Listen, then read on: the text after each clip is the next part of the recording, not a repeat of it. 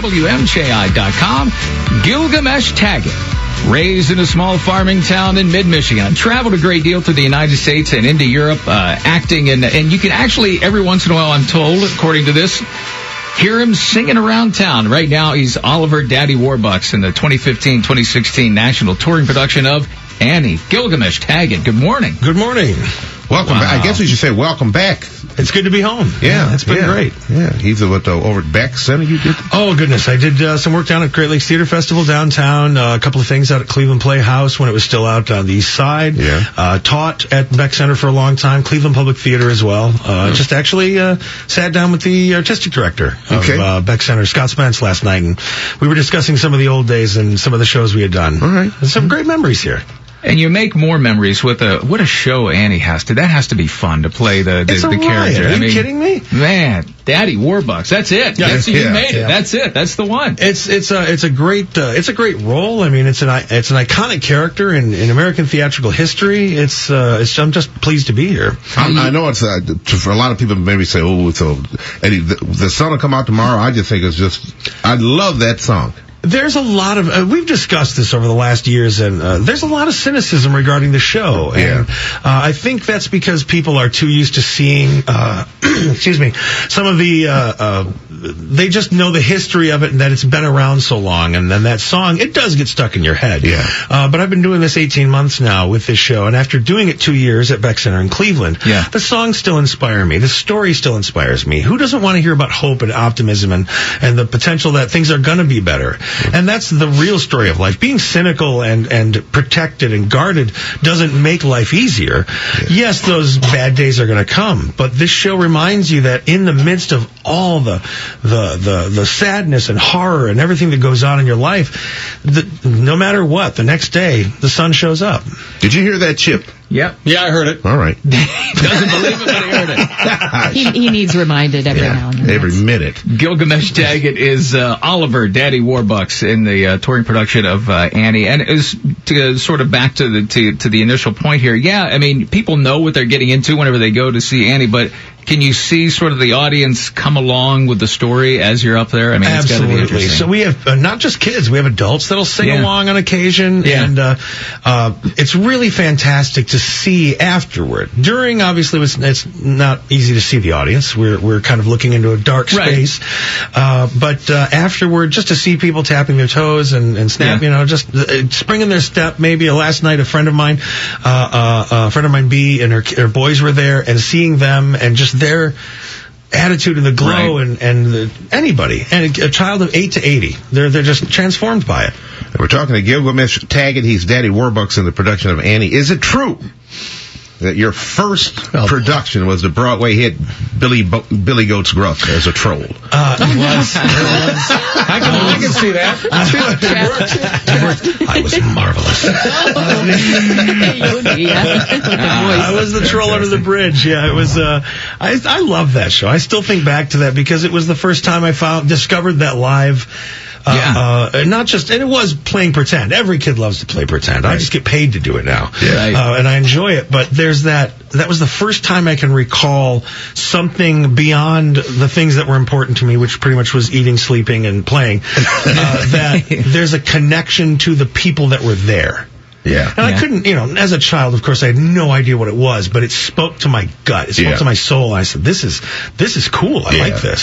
So you've done tons of production since then. Do you still get that feeling? Do you feel it as even for a show, obviously for a show like this, it's kind of fun, but even in some of those smaller venues when it wasn't, 2, 3, 4, 500 people there, it was just a small, did you still have that? Oh, absolutely. We just, we've played houses. Fort Lauderdale's a 5,000-seat house. Yeah, that was incredible. Fantastic Fox as well, I think, is 4,000 in St. Louis. But we were just in Lexington, Kentucky, and not only was it a small, very intimate house, maybe about the same amount of seats as Beck Center for the Arts in Lakewood, but they were right in our lap. Yeah. It was a small orchestra set and then 3 tiers, and they were thrust so far forward that the rear seat in the highest tier could see your facial expressions. Wow, that's and that kind of intimacy is fun. Yeah. Because it's not that they're in our lap and they're so close. Sometimes you need that intimacy. You need that closeness. You want them to get caught up in the story, but also in it's that visceral physicality of live theater. Yeah. That if you're a football field away, there's something, yes, the music fills the cavern and it's wonderful. But those first 10 rows, the seat costs are what they are for a reason. Yeah. Because you get every drop of sweat, every tear, every expression. Well, sometimes, we project, it gets out there. Well, if you're not spitting, you're not doing it right. Exactly. But you said that you can see from the audience the facial expressions, and I know, and you even pointed out, you cannot on stage see the audience at all because the lights are so, it's cavernous. How do you know when an audience is feeding off of you? And do you feed off the audience? Oh, very much so. When I was teaching, I used to refer to the audience as the last actor to arrive, because that's really what they are. You can perform by yourself in an empty room all you want, but there's something it's sensory. Yeah. Not necessarily visual, but you just feel this energy that the audience brings to the table. And it's not when they're making noise necessarily. There are moments when that little girl hangs her head at the end of the show and there's what are we going to do now? What's going to happen next? There's a moment of just absolute silence. You could hear a pin drop. And we've got 3-year-olds in the audience. There should be somebody coughing or making a noise or rustling a candy wrapper, and they are when they're absolutely dead silent. That energy too is just, it gets a hold of you. It's fantastic.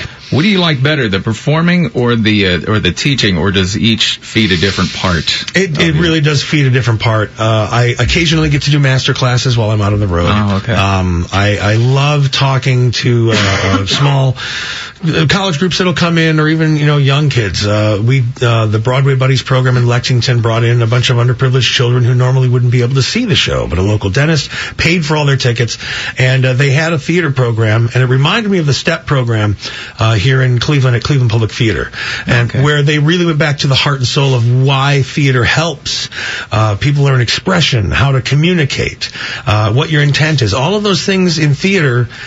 The way I taught was, if it doesn't help you in real life, then don't teach it for the stage. Yeah. That wouldn't happen in West Virginia.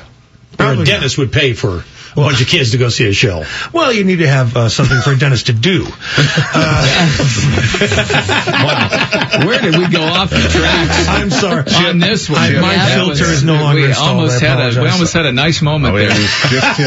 Gilgamesh Taggett, again, he's Daddy Warbucks. And Annie, before we let you go, are there like when you're teaching, do you have any favorite exercises that you put your actors through? Like you always hear these strange stories about weird, exercises, whether verbal or whatever. We used to do one, and actually I did it at the master class in Baltimore. I'll get a group, no matter how many, and if it's 100 people, I make them count from 1 to 100. Okay. Except one person has to count one number, and then they can't count again. They can't indicate when they're going to count. You just stand in there, like if it was the 5 of us, we have to determine we're going to count to 5, but we're not going to, okay, I'll say 1 and then look at you and you say 2. You close your eyes and you wait until you feel it's your moment. Oh. And it really opens up your senses. And when you've got 40, 50, 60 people, that gets really fun. Yeah.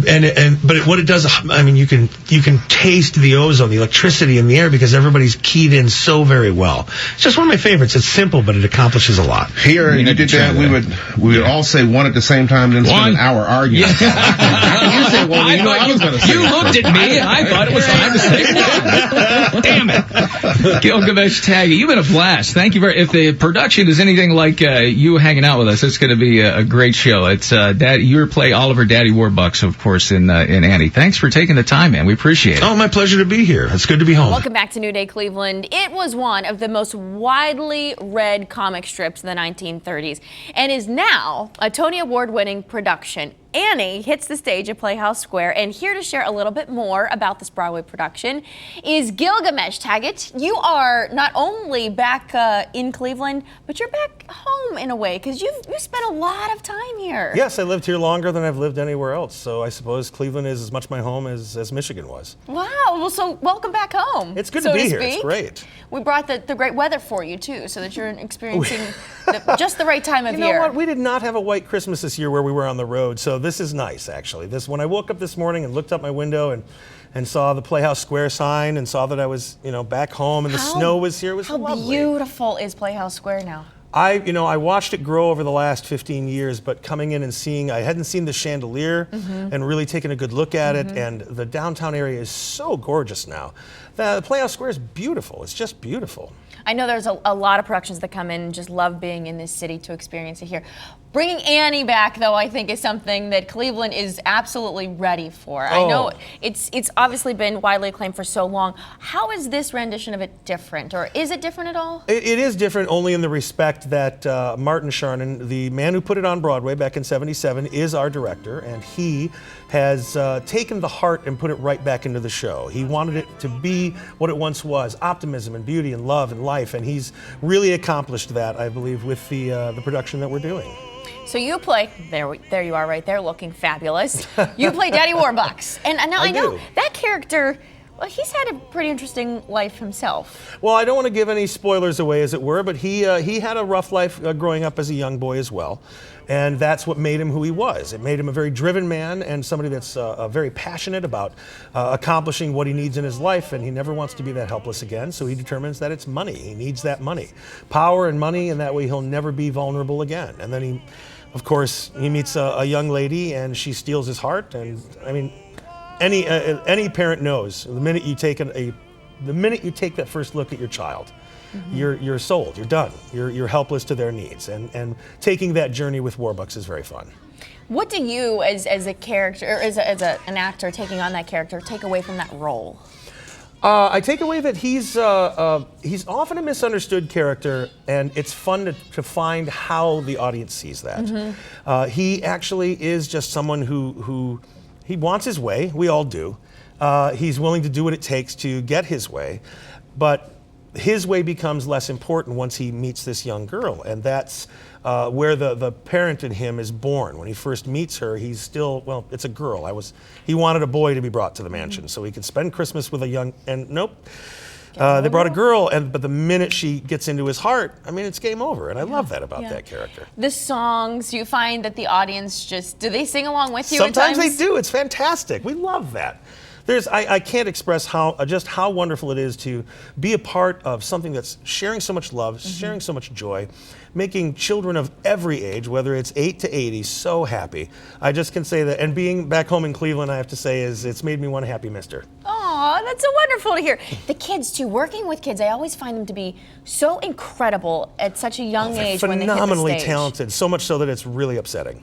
It almost puts more pressure on you, probably, right? Well, they're great, and they have to, because it's they open the show, and what's the name of the show? Annie. We've got the perfect redhead. She's doing a great job. Heidi's fantastic. It's absolutely wonderful. You were here tonight through the 17th. So a great stint here at Playhouse Square at Connor Palace. I'm guessing the tickets are still available. Absolutely. So jump on board. It is one of those stories that will fill your heart with a lot of love and a lot of happiness this time of year. I hope so. Thank you That's so the much idea. for being here. And again, welcome home. We hope Good you to be enjoy home. your Thank stay. you very much, dear. Now, we have like 25 minutes to put together a little routine to Hard Knock Life, but we're just going to show you the very, very beginning of it.